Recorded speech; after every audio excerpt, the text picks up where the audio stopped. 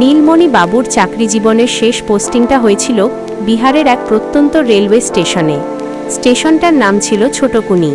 চারিদিকে শুধু জঙ্গল আর নির্জনতা। কোয়ার্টারটা স্টেশন থেকে কিছুটা দূরে, একটা বিশাল বটগাছের ঠিক পাশেই। প্রথম কদিন সবকিছু ঠিকঠাকই ছিল, কিন্তু বিপত্তিটা ঘটল ঠিক 7 দিনের মাথায়। রাত তখন ঠিক 12টা বেজে 15 মিনিট। নীলমণি বাবু তখন ড্রয়িং রুমে বসে অফিসের কিছু ফাইল দেখছিলেন। ঠিক তখনই ঘরের কোণে রাখা পুরনো ল্যান্ডলাইন ফোনটা বেজে উঠল।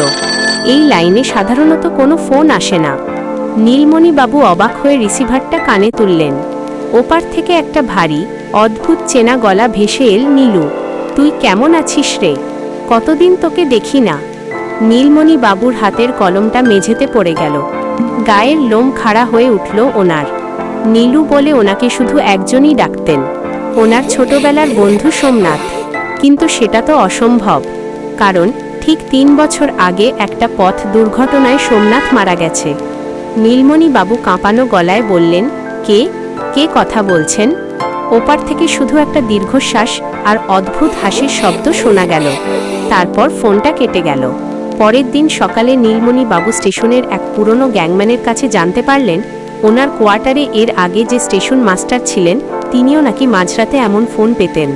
আর তারপর এক অমাবস্যার রাতে। বাকি অংশ পরের পর্বে। কি হয়েছিল সেই স্টেশন মাস্টারের সাথে? সোমনাথ কি সত্যিই ফিরে এসেছে, নাকি এর পেছনে লুকিয়ে আছে অন্য কোনো রহস্য? জানতে হলে এখনই চ্যানেলটি সাবস্ক্রাইব করে রাখুন। খুব তাড়াতাড়ি আসছে অশরীরীর ডাক এর দ্বিতীয় তথা শেষ পর্ব।